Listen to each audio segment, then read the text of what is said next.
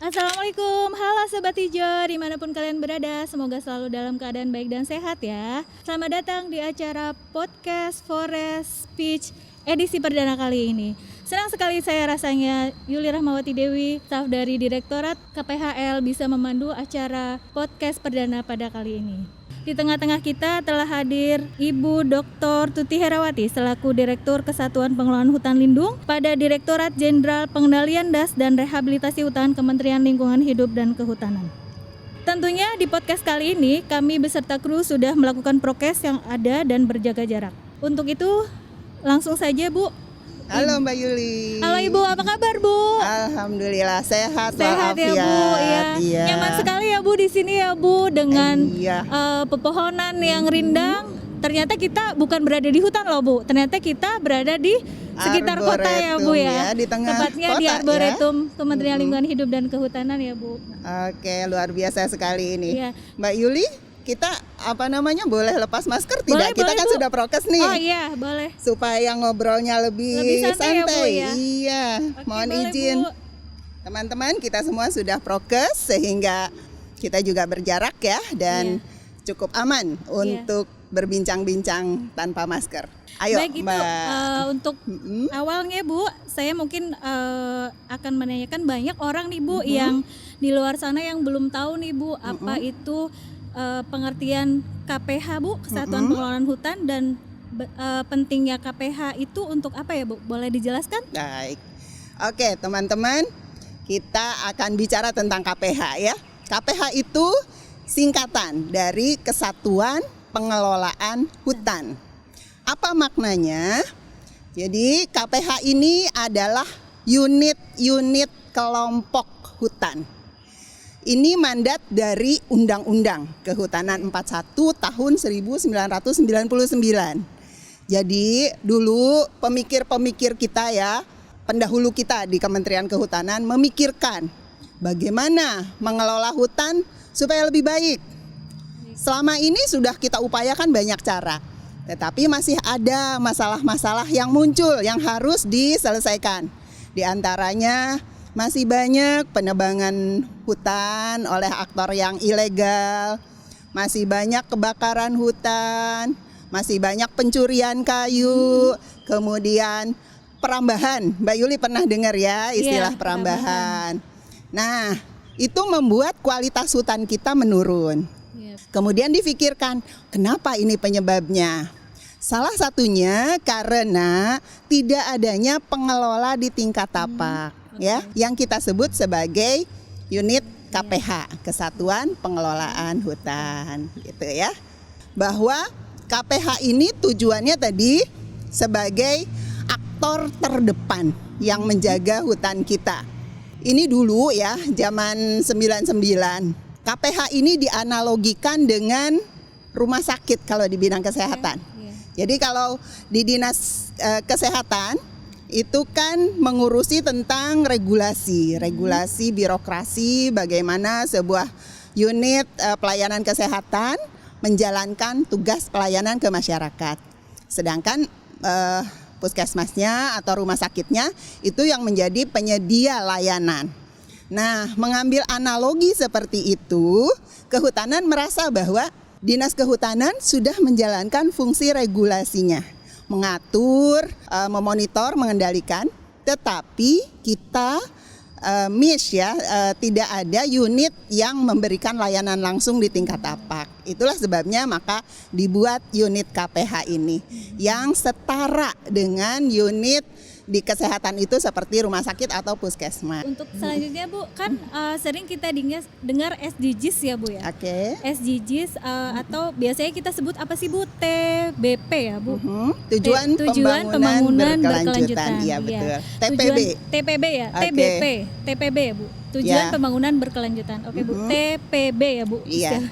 Atau biasanya sih saya sering dengarnya Bu, Sustainable Development Goals ya Bu ya. SDGs ya. Itu ya SDGs ya. Kita nanti sebut SDGs ya Bu biar gampang ya.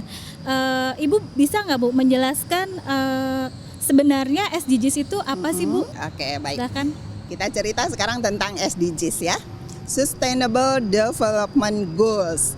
Jadi itu adalah tujuan tujuan pembangunan yang berkelanjutan. Ini adalah komitmen bersama negara-negara di seluruh dunia yang dikomandoi ini ya istilahnya oleh PBB, Perserikatan Bangsa-Bangsa. SDGs ini diratifikasi ya, bahasa ininya disepakati oleh 189 negara konon ya katanya, menurut data yang kita baca itu semuanya sepakat bahwa kita akan mencapai tujuan-tujuan ya, ada nanti listnya, list of goals-nya itu sejak 2015 sampai nanti 2030. Jadi ada durasi 15 tahun kita akan melakukan pembangunan yang prinsipnya harus berkelanjutan gitu. Mungkin berikutnya ya Bu, konsep dari SDGs itu apa sih Bu? Dan mungkin bagaimana latar belakang terbentuknya dahulu? Jadi kita bicara latar belakangnya dulu ya dari MDGs. MDGs itu adalah tujuan pembangunan milenial, Millennial Development Goals ya dari tahun 2000 ke 2015. Dan itu memuat 8 tujuan pembangunan. Setelah dievaluasi selama 15 tahun berjalan, para pemikir dunia tuh melihat bahwa ternyata baru disadari yang namanya MDGs itu terlalu fokus kepada pembangunan di negara-negara berkembang.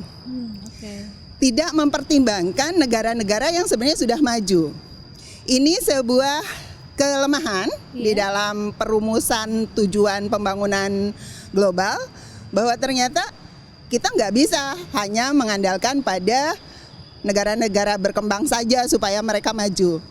Makanya bedanya antara MDGs dengan SDGs itu, kalau MDGs dibatasi di 8 tujuan, di SDGs itu semakin banyak aspeknya hingga 17 tujuan pembangunan, dan itu melibatkan seluruh aspek kehidupan.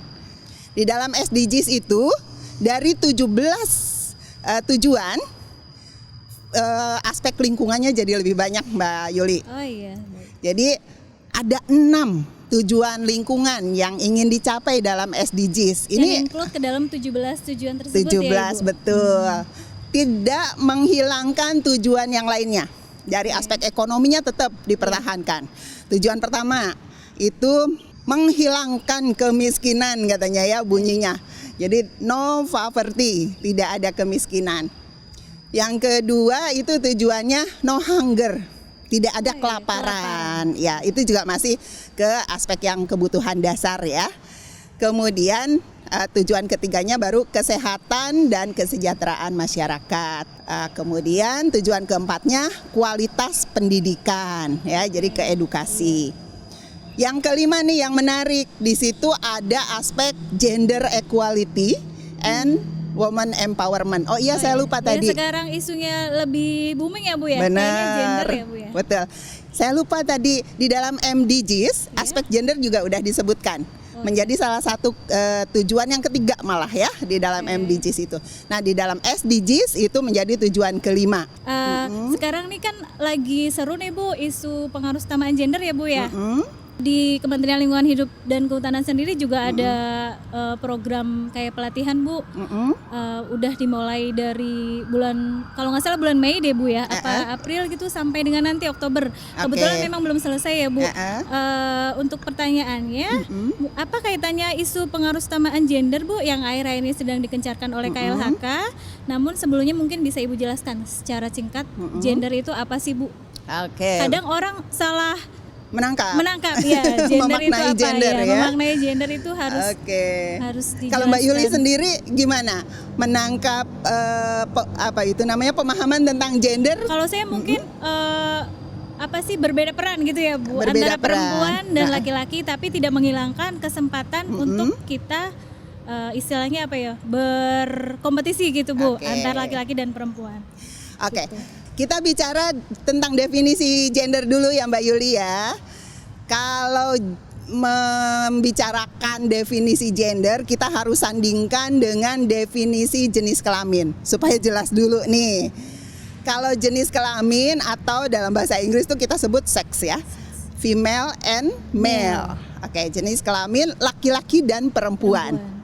Gender itu bukan mengarah ke situ. Kalau jenis kelamin laki-laki dan perempuan itu adalah atribut biologis. Manusia terlahir sebagai laki-laki atau manusia terlahir sebagai perempuan dengan kelengkapan fungsi tubuh masing-masing ya. Kenapa disebut perempuan? Karena memiliki rahim, memiliki alat reproduksi ya, rahim dan ini untuk menyusui kan. Gender itu adalah konstruksi sosial. Apa yang disebut konstruksi sosial? Itu kesepakatan di dalam kehidupan bermasyarakat mengenai peran seseorang, iya, kelaki-lakian atau keperempuanan gitu ya. Yang sebenarnya itu bisa sangat cair, sangat liquid di antara satu kelompok sosial budaya masyarakat tertentu dengan masyarakat yang lainnya. Misalnya ada sebuah kelompok masyarakat yang sifatnya itu patrilineal. Jadi garis keturunan laki-laki. Ya. Sehingga peran untuk mencari nafkah biasanya itu disematkan kepada laki-laki saja. Karena dia garis keturunan patri. Dan pewarisan itu juga diturunkannya kepada anak laki-laki. Ada lagi yang kelompok masyarakat matrilineal, misalnya di Minangkabau ya. Sehingga di situ garis pewarisan itu turunnya ke kelompok wanita, iya. Tanpa menghilangkan kewajiban, misalnya laki-laki juga harus mencari nafkah gitu ya. Nah, itu adalah kesepakatan-kesepakatan yang dibangun dalam struktur sosial kita. Disitulah wilayah gender itu bermain. Nah, dampaknya ada tadi yang namanya ketidakadilan gender gitu. Hubungannya ketika misalnya di dalam sebuah organisasi atau karir ya di kantor, perempuan itu karena dianggap tidak bisa memimpin, itu kadang jadi dampaknya yang memimpin lebih banyak laki-laki gitu. Ya. Padahal sebenarnya laki-laki dan perempuan ini memiliki kemampuan yang sama kalau masing-masing diberikan kesempatan yang seimbang gitu. Gitu kira-kira ya mengenai gender. Kita kembali ke SDGs ya. Iya. Yang namanya gender equality itu menjadi perhatian dunia. Bahkan sejak Millennium Development Goals itu menjadi tujuan yang ketiga kan. Di SDGs itu menjadi tujuan kelima. Itu artinya memang ada sesuatu nih dengan gender equality ini. Masyarakat dunia melihat bahwa perempuan itu masih mengalami yang namanya diskriminasi, pembedaan. Di Indonesia mungkin itu nggak terlalu terasa. Tapi di bangsa-bangsa yang lain masih ada yang namanya diskriminasi terhadap perempuan itu ada. Yang seperti itu diperjuangkan oleh para pejuang kesetaraan gender supaya tidak membatasi ruang gerak perempuan. Contoh lain yang mungkin lebih banyak terjadi di semua negara gitu ya, itu adalah kesempatan perempuan untuk mencapai posisi tertinggi. Indonesia tuh harus berterima kasih kepada R.A. Kartini yang sudah memperjuangkan kesetaraan gender ini sejak tahun 1900-an awal ya, melalui pendidikan kelompok perempuan sehingga kita sama-sama bisa pinter ya, setara dengan laki-laki dan bisa berkarir setinggi mungkin. Nah itu ya, jadi pengarus utamaan gender itu memang sedang kita berproses ke situ, masih ada tantangan yang harus dihadapi, masih ada masalah-masalah yang harus diselesaikan. Kalau di kehutanan, di KPHL, mungkin yang menjadi PR kita adalah bagaimana meningkatkan peran perempuan yang punya kapasitas memadai untuk juga bisa tampil sebagai ya Bu ya. Iya betul, sebagai kepala KPH misalnya. Karena perempuan juga mampu Iya. gitu. Jangan dianggap bahwa kehutanan itu domainnya laki-laki Laki-laki, saja ya. iya. Kita juga perempuan insya Allah mampu kalau diberi kepercayaan. Gitu Mbak Yuli. Oke Bu, kalau untuk sekarang Bu, fasilitas apa Bu yang sudah diberikan Direktorat KPHL terkait penyetaraan gender di tingkat tapak? Oke. Nah, kita sudah berjuang ya memfasilitasi KPH ini tanpa membedakan antara laki-laki dan perempuan. Bahkan kita mendorong sekali KPH yang kepalanya tuh perempuan. Kita deketi, kita ajak diskusi secara intensif supaya pengelolaan KPH-nya juga sama-sama maju lah. Bisa bersaing dengan KPH yang dipimpin oleh laki-laki. Sehingga kegiatan pelatihan, peningkatan kapasitas personil KPH itu kita dorong betul supaya diikuti oleh peserta dengan keseimbangan gender yang memadai. Jangan pelatihan itu yang dikirim bapak-bapak saja gitu ya. Tapi ibu-ibu juga harus ikut. Jangan menjadikan alasan bahwa ibu-ibu ini punya beban pengasuhan ini anak, Bu, punya urusan domestik terlalu banyak di rumah. Persis gitu.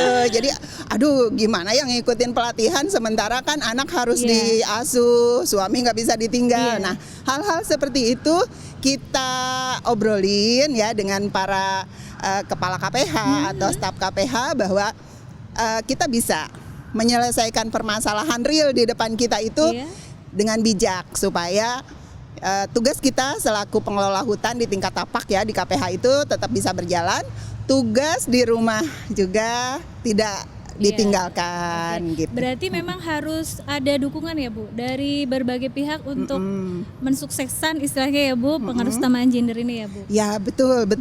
Karena ini menjadi masalah kita bersama ya. Nggak bisa kita sebagai perempuan berjuang sendirian juga ya. Kita ingin maju nih, kita ingin setara. Tapi kalau lingkungan kita tidak mendukung, ya kepentok juga ya. Oke, jadi semua pihak harus memberikan ruang untuk mensupport ya, mendukung. Pesan dan kesan dukungan KPH dalam pencapaian target SDGs itu seperti apa? Pesan kita ya sebagai Direktorat KPHL dan mungkin dari saya personally ya selaku Direktur KPHL. Oke. Kata kuncinya adalah kita harus think globally but do locally. Artinya apa? Kita harus berpikir secara global.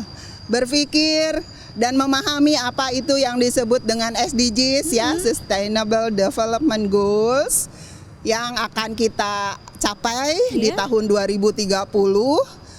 Semua indikator tujuannya yang ke-17 itu kita raih semua ya. Caranya dengan apa? Dengan kita berbuat secara lokal. Di depan kita tugas kita apa, itu yang harus kita kerjakan dengan sungguh-sungguh. Sehingga ketika kita mengerjakan sesuatu, tugas kita sehari-hari sebagai pengelola KPH itu tahu positioning kita bahwa apa yang kita lakukan itu adalah dalam rangka mencapai tujuan besar, cita-cita seluruh warga dunia. Kita sadar bahwa kita adalah komponen dari sekelompok penghuni bumi ini. Jadi kita adalah warga desanya dunia gitu loh istilahnya. Kita tahu apa yang kita lakukan itu dalam rangka mencapai tujuan bersama pembangunan berkelanjutan. Satu lagi Mbak Yuli, saya baru teringat nih selama kita ngobrol-ngobrol ini. SDGs itu adalah amanah dari pihak-pihak yang suaranya mungkin saat ini tidak terdengar. Jangan lupa bahwa ada voiceless ya, pihak-pihak yang tidak bisa bersuara. Siapakah mereka? Bukan manusia, tetapi misalnya satwa, tumbuhan. Mereka kan nggak bisa bersuara. Kita harus empati kepada mereka. Binatang-binatang keberlangsungan hidupnya mereka ya Bu ya. Yang saat ini terancam punah. Itu kan harus kita dengar kepentingannya. Pohon-pohon yang kita sekarang ada di sini nih, ini kan gambaran betapa beragamnya ya biodiversity flora dan fauna kita. Mereka nggak bisa bersuara, Padahal mereka ingin tetap eksis di muka bumi ini, sehingga itu harus kita perhatikan. Nah, siapa lagi voiceless yang saat ini suaranya tidak terdengar tapi harus kita perhatikan? Itu adalah generasi yang akan datang, anak cucu kita ya, yang saat ini belum eksis nih di dunia, tetapi mereka punya kepentingan terhadap kelestarian sumber daya alam. Bagaimana anak cucu kita nanti bisa hidup, menikmati udara segar, ya, menikmati plasma nutfah. Kalau kita saat ini mengelolanya tidak bijak, tidak memperhitungkan kepentingan mereka. Gitu, Mbak. Betul. Aduh, sungguh luar biasa ya, Bu. Saya ini nih, Bu, speechless.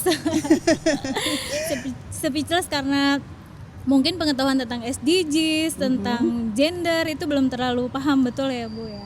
Gak apa-apa, kita belajar sama-sama ya. Untuk itu mungkin buat fun aja ya, Bu. Kita boleh, Bu, berkenan untuk game. Game apa nih?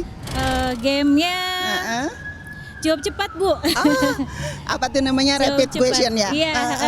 Jadi nanti saya akan sebutkan 2, Bu. Ibu bisa memilih salah satu yang menurut hati nurani Ibu. Oke. Berdasarkan hati nurani ya? Iya, berdasarkan hati nurani Ibu. Boleh mikir dulu nggak? Berapa detik, bro? Boleh, nanti saya dikasih waktu, Bu. Saya kasih waktu ya, nanti Bu ya. Siap, Bu? Oke, siap. Yang pertama, hidup di hutan dengan damai atau hidup di kehidupan saat ini dan hutan semakin bertambah banyak yang gundul? Yang kedua, hidup di kehidupan saat ini, hutan semakin banyak. Hutan semakin bertambah banyak yang gundul, Bu. Belum selesai ternyata. Saya kecepatan menjawabnya. Terlalu cepat, Bu. Jadi berarti yang mana, Bu? Berarti yang pertama, pernyataan yang pertama tadi. Hidup di hutan dengan damai. Hidup di hutan dengan damai. Alasannya kenapa? Kalau pilihan yang kedua, hutannya banyak yang gundul, saya nggak mau gitu. Semakin panas, Bu, kita, Bu, nanti. Iya, betul. Yang kedua, Ibu, menjadi ibu rumah tangga yang punya banyak waktu buat anak atau menjadi ibu pekerja dengan jabatan bagus? Yang pertama, menjadi ibu rumah tangga yang punya banyak waktu dengan anak. Semuanya ya, mungkin saya juga begitu, Bu. Tapi Ibu sekarang kan di posisi tertinggi di direktorat ya, Bu. Mungkin insya Allah dengan walaupun pilihannya ini, tapi Ibu bisa menjalankan tugas Insya Allah sudah diamanahkan ya, Bu ya. Iya, karena sudah komitmen ya untuk menjalani tugas, itu yang menjadi prioritas utama. Oke. Next, Bu, menjadi pemimpin yang patuh atau menjadi pemimpin yang arogan? Yang patuh pastinya. Pastinya, Bu, ini normatif banget, Bu. Banget. Pastinya yang patuh. Kalau milih yang kedua kayaknya nggak normal nih. Iya. Next, Bu, lebih memilih punya 1 hektar hutan atau 1 impian yang diinginkan saat ini terkabul? Yang kedua, saya selalu ingin punya mimpi. Mimpi di saat kita terjaga, bukan mimpi waktu tidur. Iya. Karena kalau mimpi di saat terjaga itu halu namanya ya, Bu? Halu.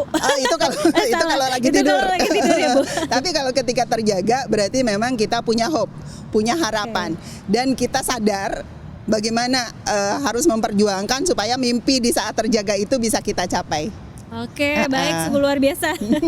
Next, Bu, bertanggung jawab tapi beresiko atau lepas tangan tapi aman?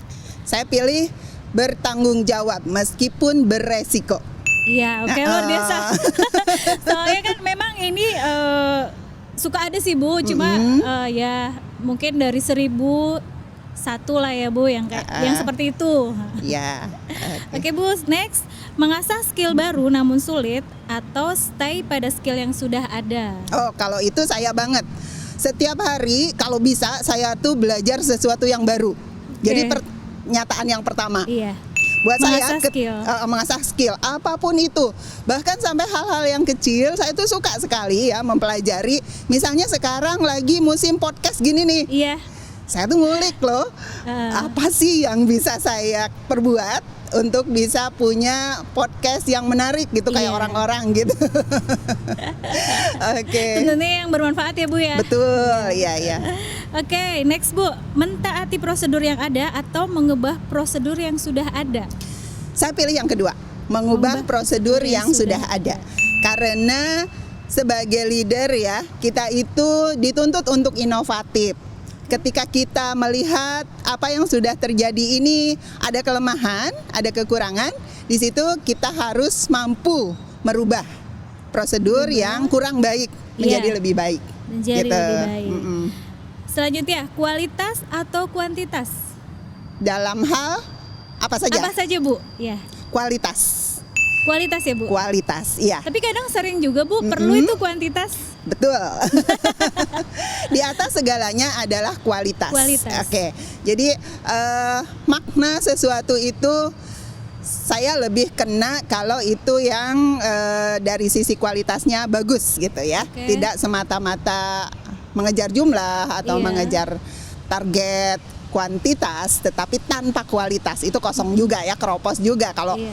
besar tapi bolong ditendang dikit aja langsung hancur. Tapi kalau kualitas kita Iya, kuat dia kuat gitu. ya, Bu ya, kalau Betul. kualitas. Iya, iya, Oke, Bu, kayak gitu. merdeka persamaan gender atau merdeka hutan semakin banyak? Merdeka, wah ini pertanyaan susah. karena terakhir, Bu, ini. Oh, ini karena yang terakhir. jadi susah. Waduh, saya perlu ini dulu ya, merenung dulu. Merdeka persamaan Merdeka gender persamaan gender atau atau merdeka hutan semakin banyak? Oke. Saya memilih yang kedua. Merdeka hutan semakin banyak. Iya. Dengan alasan, Bu? Alasan dari sisi gender sebenarnya ya Indonesia itu tidak terlalu dalam kondisi yang ya kita sebut kritis lah ya Iya. terhadap persamaan gender. Seperti yang saya tadi bilang bahwa masalah kesetaraan gender ini mungkin menjadi isu penting di beberapa negara yang lain. Saya menilai seperti ini berdasarkan pengalaman saya ngobrol diskusi dengan ahli-ahli gender kelas dunia. Oke. Kebetulan saya pernah ditugaskan di CIFOR. CIFOR itu Center for International Forestry Research. Nah, di situ banyak gender expert dari seluruh dunia. Dan hasil diskusi saya menimba ilmu dari para ahli itu menyatakan bahwa Indonesia itu relatif tidak bermasalah dengan aspek kesetaraan gender dibanding negara-negara lain. Jadi pertanyaan yang tadi ya, ketika saya harus memilih mana nih yang mau saya kejar, merdeka kesetaraan gender dengan merdeka banyak hutan, saya pilih yang banyak hutan deh. Sebagai rimbawan, saya pengen hutannya lestari, ya, gitu Iya. deh. Oke, Bu.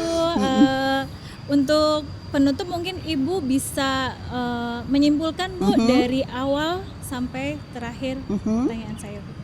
Oke, podcast ini menarik ya teman-teman. Ternyata kita bisa ngobrol, membuka wawasan gitu ya. Mbak Yuli dari tadi nanya ke saya tentang SDGs, kemudian MDGs, kemudian peran saya sebagai direktur KPHL. Kalau nggak ditanya-tanya gini mungkin juga nggak pernah keluar nih statement-statement seperti ini. Iya, saya juga ini kok, Bu, ada manfaatnya buat saya karena saya jadi tahu tuh SDGs, tujuan-tujuan SDGs, terus sejarah MDGs sebelumnya ya, Bu. Saya jadi tahu, Bu, sekarang. Jadi artinya kita memang perlu banyak ngobrol ya. Iya. Podcast ini harus dilanjutkan, Mbak Bagus, Yuli Bu, ya. Mungkin untuk selanjutnya, Bu, ada kita perlu tema-tema lah, Bu, yang mungkin sekarang lagi viral atau untuk mendukung tujuan dari SDGs dan hutan lestari ya, Bu, intinya. Benar, ya, Bu ya. iya, Dengan menanam pohon ya, Bu ya. Pohon, oke. Itu yang tadi saya sebut dulek kali itu ya, iya, melakukan hal yang saat ini di depan mata. Iya, oke. Oke. Terima kasih kepada Ibu Direktur KPHL, Ibu Dr. Tuti Herawati yang sudah Sama-sama Mbak Yuli mengobrol bersama saya, Bu, sore hari ini, Bu, dalam hawa yang sejuk-sejuk, sepoi-sepoi gini ya, Bu ya. Oke. Mungkin pertanyaan saya tadi sangat cukup menjelaskan tentang tema yang sudah saya sampaikan di awal ya, Bu. Terima kasih, Bu. Sama-sama Mbak Yuli, Ya. terima kasih juga. Semoga topik podcast kita pada kesempatan ini bisa bermanfaat bagi seluruh sobat hijau yang menonton podcast. Jangan lupa untuk kamu semua, hal kecil yang bisa kamu lakukan untuk mendukung peran KPH dalam mencapai tujuan ini adalah dengan menanam pohon dan menjaga lingkungan alam kita untuk selalu lestari.